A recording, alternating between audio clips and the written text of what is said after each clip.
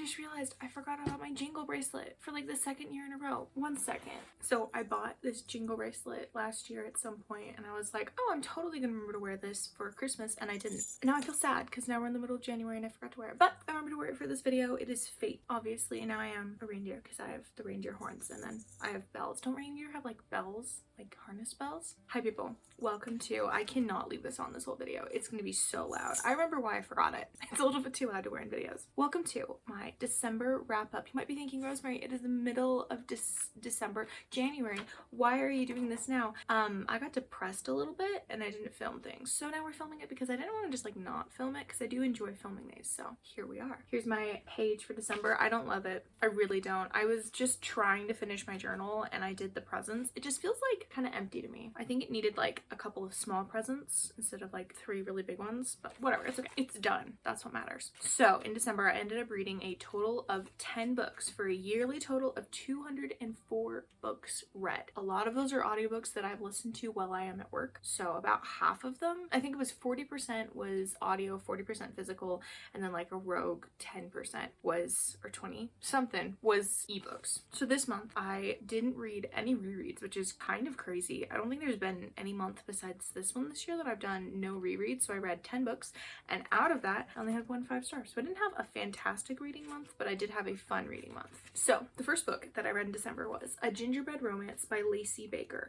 I ended up rating this one 3.75 stars. And let me just say, this one is literally a Hallmark movie in a book because it is based on the Hallmark Channel original movie. And it was a delight. It was a delight to experience both the book and the movie of this story because the book gives the characters so much depth comparatively than the movie does, because you can tell in the book when the author is creating parts of the story out of her own head and she adds them in because those parts are interesting. The parts of the parts from the movie, boring. So dead boring. Like the movie, the characters have no personalities, like worse than a normal Hallmark movie amount of personality, just like no personalities at all. And the little child actor is so annoying. The one qualm I have with this book is the whole time that I was reading it, I was picturing every single person wrong because in my brain, I have the literal worst time with imagining faces. It is so hard for me unless the author says, this is a woman with black hair, she has dark brown skin,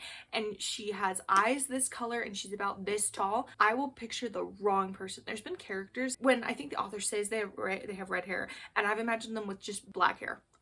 I can't not imagine them with black hair because that's how I imagined it. And then later in the book, it's like, oh yeah, she has red hair. I'm like, you should have told me that at the beginning because now I think she has black hair and that's what she's gonna have for the rest of her life. So I can't do anything about it now. Nothing. So anyway, I was reading this book and the main character, I was like, they described her as having like this deep chestnut brown hair. And I was like, okay, someone kind of like me, you know, like the typical Hallmark movie actor you can think of with like someone looking like me with some brown hair and she has like brown eyes. That's what I was imagining.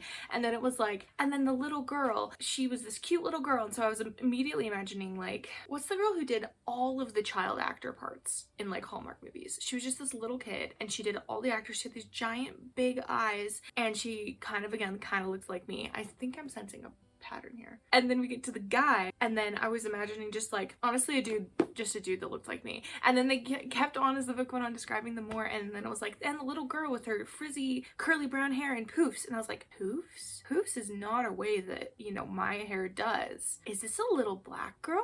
What? So my brain was just like doing this like reroute that, and I'm like, wait, if she has dark skin, then her dad also has dark skin. What? So then I rerouted what those characters looked like in my brain. And then during this whole time, okay, I should probably tell you the plot of the story. So the plot of the story is this woman is a architect and her firm is like, hey, we want you to enter this gigantic gingerbread house making competition where the gingerbread house has to be life size. And so in my brain, I'm thinking, oh, they're making like a 2-bath, 5-bedroom house. Don't know why that's immediately where I jumped to with life size. Obviously, life size just means big enough that you can walk in the front door. That's what life size means. She has to team up with a baker, and so the guy that she meets as a baker, they team up to create this life-size gingerbread house. And then obviously he's a single dad, so she falls in love with the little kid, and then, you know, all that stuff ensues that always happens in Hallmark movies. So the two things that plagued me through this entire book were, how in the world are they going to make this gingerbread house work? Like, I was thinking, life-size gingerbread house, how would they make the tile state gingerbread? Like, the structural integrity can't get much bigger than this, maybe this. And then they describe it having to be 80% edible and then 20% can be non-edible. So I'm thinking, okay, how are they they gonna do that ratio? How are they gonna like do the math to figure out what percentage is edible and which percentage isn't? Like, do they just have, you can use this much wood and then anything more has to be edible? How are they ratioing this? Because it explicitly says it in the book and the movie that it has to be this way. So this whole time I was like, what in the world does this house look like? I have no idea. And so I'm imagining it in my head, like, I don't think there is literal any way that they could make this work. I'm so confused. And then they describe the girl as wanting to make them like thin sheets that are large of gingerbread for her design. It needs to be sleek and modern. And she's describing it this way, and then they crack, and I'm like, yeah, duh, they crack. There's no structural integrity there. And then they're like, okay, we'll make it more brick-like. But they don't ever mention changing the structure of the house itself, because the house is like built with wooden planks. Like, and I was like, do they put plyboard underneath and they paste it to the plyboard with glue, like the icing glue? How in the world is this working? I was so confused the whole time. So I was like, okay, I have no idea. And then we get to the end of the book where they describe all the different people's houses in the competition, and one looks like this and one looks like this, and I'm like, how in the world is any of this working with gingerbread? I don't understand. That icing can be strong, but not enough to hold up the weight. Like, I was so confused. And so I went in to watch the movie. Imagine my shock, my sheer and utter shock that both of the main characters are dark skinned. I didn't get that from any point. I was like, what in the world? And normally that's like not a big deal at all, but it was such a whiplash from going from my imagined perceived what they look like in the book to what they look like in the movie, and having to completely change my brain to be like, okay, these are the characters that I imagined, except they weren't, because all of the emotional impact is in the book and none of it's in the movie. So I'm just watching this movie laughing, and then I'm like, okay, how are they going to do this gingerbread house? Because I'm thinking, if they're trying to do it realistically, I don't know how they're going to make it look realistic. I'm pretty sure they're just going to do cardboard, like cardboard sheets, and then glue those together. I was betting that that's what they were going to end up doing. Guys, this is what it looked like. This is what the gingerbread house looked like. If you watched my video where I was talking about these, you probably already saw all these clips, but this is what the gingerbread house ended up looking like. It is literal cardboard with really, really badly done icing on the outside. You can't really see it in the picture I showed, but the icing that they do around the door, it's supposed to be like loop-de-loops and swirls, but it definitely looks like this poor intern was just like, I get to be on a Hallmark movie, and then they're like, lovely, I don't care anymore. That's what it looks like. It's so bad.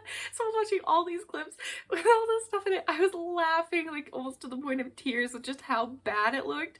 And so we get to the end of the movie and I'm like, okay, how are they going to make these ones that they explicitly state in the book? How are they going to make these things look like? It doesn't make sense, like, because they stated that there was some people built this thing and this thing, this thing. So I'm like, how are they going to make this look? Guys, they all looked bad. In the book, I was like, there's no way that their house that they're making is better than any of the competition. In the book, they explicitly state like all the competition, and then this people made this amazing thing, this made this amazing thing, and the main character's like, wow, this is amazing. So I'm like, how in the world is their house on par to be compared to the rest of the houses? I don't understand. We get to the movie, all of them look worse than the house that I've been laughing at this entire time. Like, all of them look worse. I was shocked. I was befuddled. I was like, the set designers did a really good job with like the set design and everything else. I guess the set design for making a giant gingerbread house is a little bit harder than just bringing out the gigantic tubs of a million baubles and wreaths and Christmas lights and trees that they put up and all the other things. I guess making a gingerbread house is harder, so you can tell just the level of skill and talent just drops when it goes. It was so funny. Anyway, this was probably the most enjoyable read, Christmassy wise, that I did this year because of the pure enjoyment I had from watching the book and the movie. So 3.75 stars. The plot was not a plot, really. It was not that great. It was so predictable, but it was such an enjoyable time to read this book. It's so fun. All right, then I read An Improvised Boyfriend for Christmas, which is the first book in a series. I can't remember what the series is called. It's like the Improvised Boyfriend series, but it has three sisters who their grandmother is dying, and her last wish, her only wish in the whole earth, is for her granddaughters to have happy, loving relationships. And so the oldest daughter, she's the one hanging out with her grandma the most, is like, okay, grandma, we're all fine. Like, actually, we all have boyfriends and they're wonderful. And then she makes up this whole tale because she thinks her grandma's dying, and then her grandma actually lives for a little bit longer, so they're like, well, at least grandma's never gonna meet these people. And then grandma's like, actually, I would love for your sisters and all of you to bring your boyfriends to Thanksgiving. It's like all I want in this world. It's just, that's all I want. Actually, no, it's a Christmas book, so obviously she wants them all to come for Christmas. She's like, that's all I want in this world. I want them to come for Christmas. And so the oldest sister, she's like, oh my goodness, I got all of my sisters into all of this. Guess it's my job to get them out. I'm gonna hire actors to pretend to be our boyfriends for Christmas. and then we'll just all pretend to break up with them. So this book is following that plot line, and then the other two books follow the plot lines of the other sisters and their fake boyfriends, and it is so funny. I wish that the third book is out, because these books, they're kind of older. 2022, 4 years ago, but the other book came out 2023, and then we don't have the third book yet, and I was like, what? I want to read about the third sister. But anyway, I really liked this book. I ended up rating it 4 stars. There were some instances of just like, no, that was the other book. This book was fine. I think I didn't love the beginning of this book as much as I liked the ending of it, funnily enough. But the second book, An Unexpected Boyfriend for Christmas, that one's by Jeanette Rallison, because all the 3 books were written by 3 different people in the same series. And so this one was J.L. Hickson, and the other one was Jeanette Rallison. I rated The Unexpected Boyfriend for Christmas 4 stars because I really liked the beginning, but I didn't really love the ending. And that one also has like kind of an unnecessary amount of talking about how much the main character guy really thinks that the main character girl is attractive. And it's just kind of overmuch, because sometimes it's nice, like, oh yeah, she's so pretty, but this one is like more than that, and I'm like, that's a little much.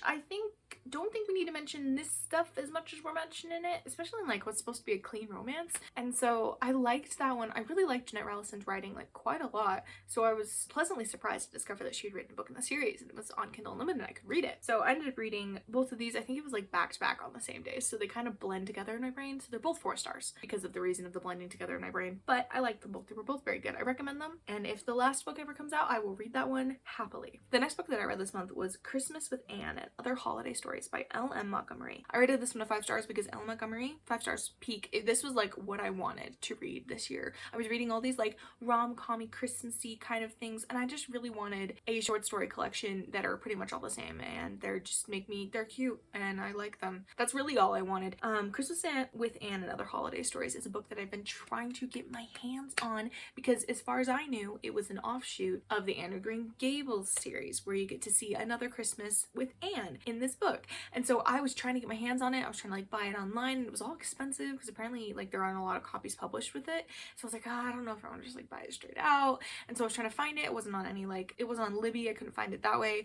I think it wasn't on Kindle Unlimited. But finally, I was trying to use up my Spotify hours because I was trying to get rid of them because I was trying to cancel my Spotify subscription and I didn't want to have hours that I didn't end up using. So I was trying to find something that would be short because I found another book that I'll talk about later that I could listen to and then I could read the rest on Kindle Unlimited, but I would have a couple of hours left over, so I wanted another book to take up the rest of those hours. So I found Christmas with Anne on Spotify and I was able to listen to it. Some more backstory. My boyfriend has been listening to the Anne of Green Gables books. I think he got all of them in a bind up or something like that on Audible, and so he'll just like listen to them while he's falling asleep. I don't understand how he does that, but good for him. I'm glad it relaxes him. So he's been listening to them, and he's been listening to the first book a couple times over. He'll like restart it from where he left off, and so he'll hear the same chapters over and over again. I was hearing the first Christmas that Anne spends with Matthew and Marilla, where Matthew buys Anne a dress, and it's that whole cute little story. So I was listening to that one. I heard it like at least 2 or 3 times while he was listening to it, and I was like, oh, it's so cute. I love Anne of Green Gables. And so I could basically quote it at that point, that story, because I'd heard it so many times.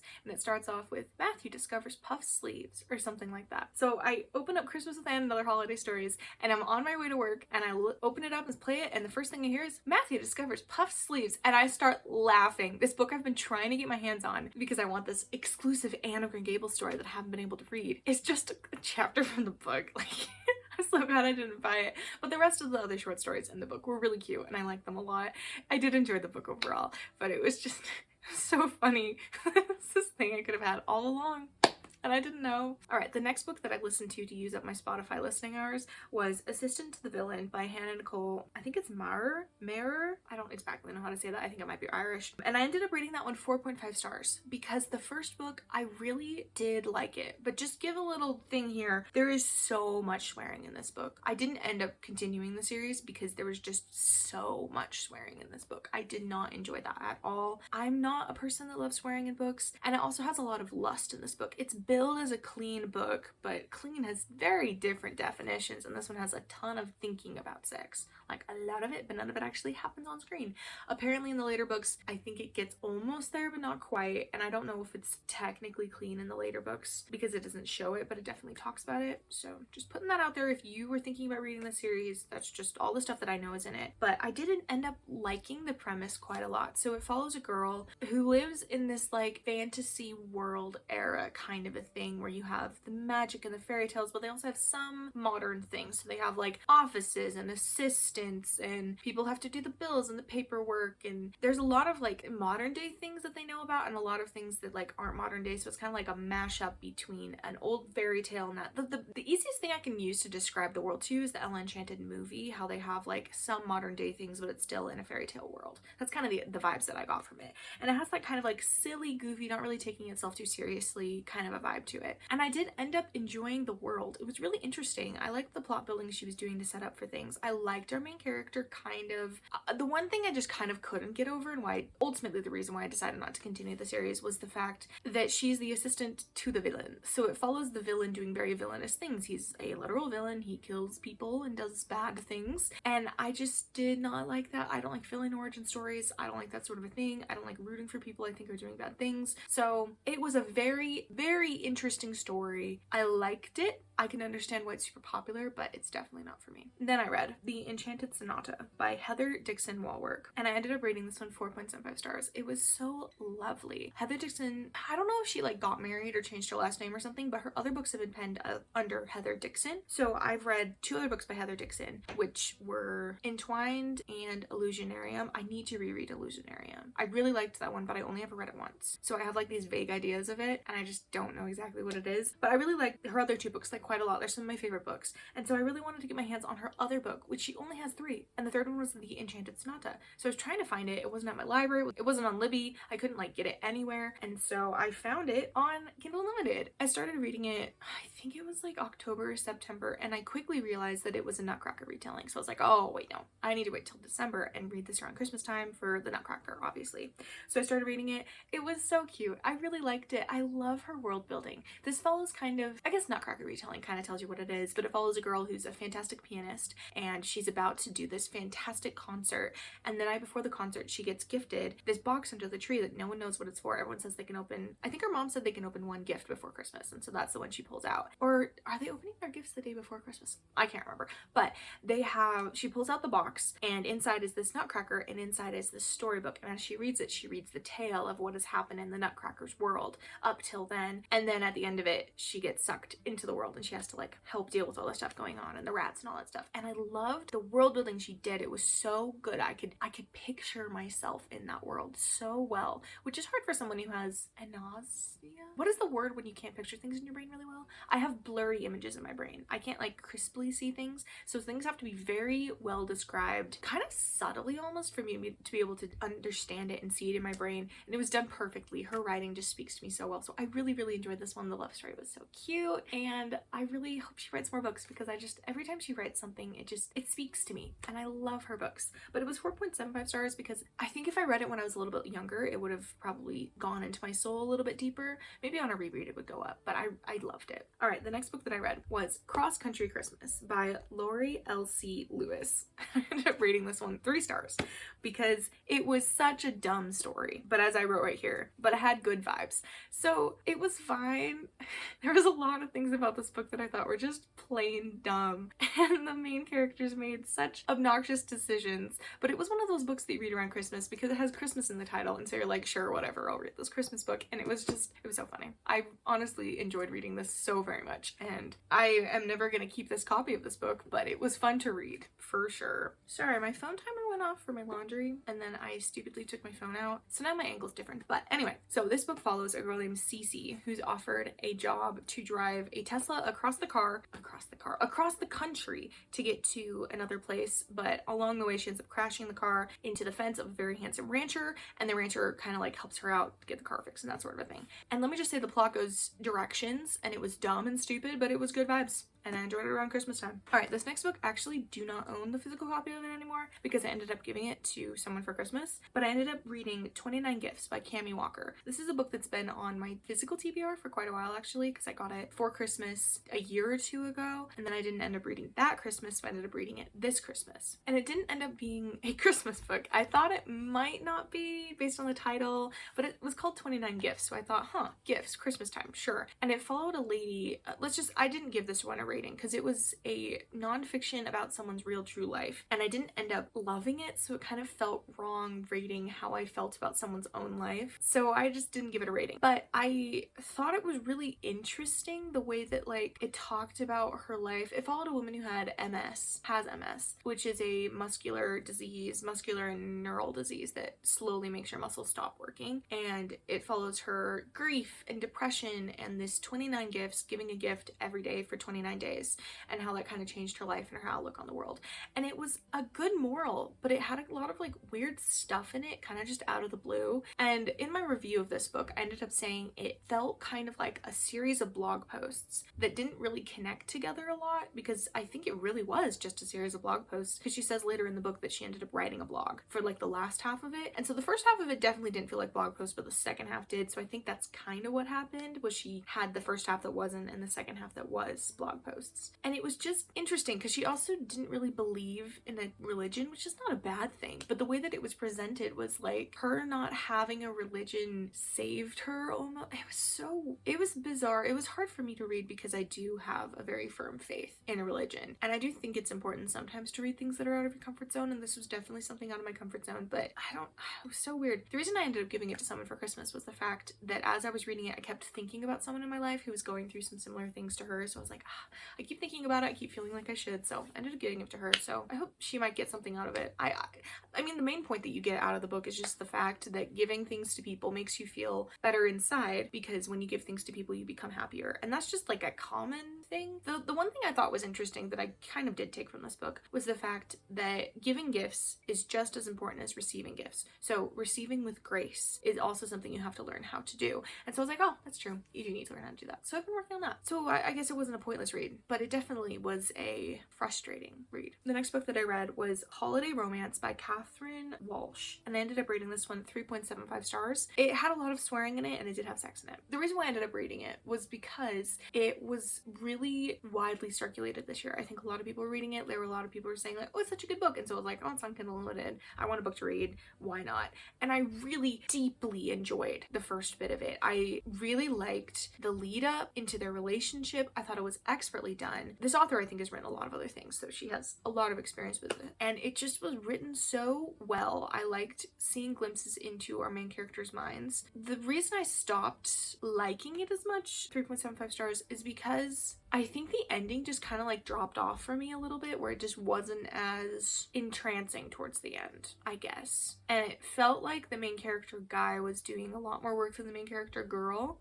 But I see why people really like it. I just don't think it was for me, and obviously there was swearing and stuff in it, so I don't know. I don't think I'd recommend it necessarily, but I see why other people have liked it. Then the last book I read this month was Treasure Island by Robert Louis Stevenson, and I think I ended up reading this on New Year's Eve itself because I had this craving to read this book because my favorite book series in the entire world, MM Line, which is lovely sitting back here where you can't even see it around the bend of the bookshelf, but MM Line, she reads it around Christmas time, and I just wanted to be MM Line because I miss her desperately and I want to reread the series. So I thought reading Treasure Island would bring me closer to her, and it did actually, because reading it definitely helped me see why she liked it. But I did end up rating it 3.25 stars because it's not for me, honestly. I really liked it, and reading it, funnily enough, felt so cliched because I'd watched Treasure Planet before, and the first half of Treasure Planet, up until a certain point in the book, feels exactly like Treasure Island. Like, it is the exact plot, some of the same dialogue, just like put on the screen, which means it's a terrific adaptation, but it was a little bit weird to read. Characters that I remembered slightly different do slightly different things, and stuff happened in the plot that didn't happen in the movie. I'm like, wait, this didn't happen. Like, this is the first thing. This is the classic. This is what it's based on. Calm down. It's such a boy book, guys. This is kind of like on the same level as Tom Sawyer. The Adventures of Tom Sawyer and Treasure Planet, these are boy books through and through. I'm glad that I read them so I understand, the basis of some American literature and some popular things back then. It was so good. So reading it kind of felt really basic basic, where there was a lot of like pirate things, the pirate things say, and I'm like, oh yeah, that's what pirates say. And then I was talking to my brother and he's like, yeah, that's the book that they're all based on. And I was like, oh, that makes sense why it feels so cliches, because this created the cliches. It's like someone reading Pride and Prejudice and being like, oh, it's so cliche. I'm like, Pride and Prejudice created it, you numbskull, you heretic. So anyway, I was a numbskull and a heretic while I read this book because it felt cliche to me, but I did really like it. I recommend it for boys and girls who like blood and wanderlust and pirates. So it was good. I don't think I need to tell you the plot summary of this book. I'll tell you slightly the plot summary of this book. We have a boy whose mom and dad owns not a cafe, not a restaurant, hotel, like a bed and breakfast kind of a thing back in the day. And a pirate comes and stays with them and then leaves them the map to this treasure, and then them following along the map to Treasure Island. And it is such a good, well-written book until like the very end. It kind of just like is really interesting and then it just drops off. That was the other reason why I didn't really like the ending. But besides that, it was good. It was a good book. All right, and with that, we have the end of my year of 2025. That's all of the monthly ones done. Now to just talk for hours about all the books that I read this year. That's gonna take a while, but that's okay. Anyway, that is the end of my December wrap up. I will see you next month for my January wrap up, which is going to be small. I have not read a lot of books so far this month, but we're taking it a little bit chill. We're like working through our little depressive slump we've got, and we've been reading some pretty good books recently, which I'm excited to tell you in next month's wrap up. But anyway, I will see you in the next one, which should be soon. Next video should be soon, theoretically. Goodbye.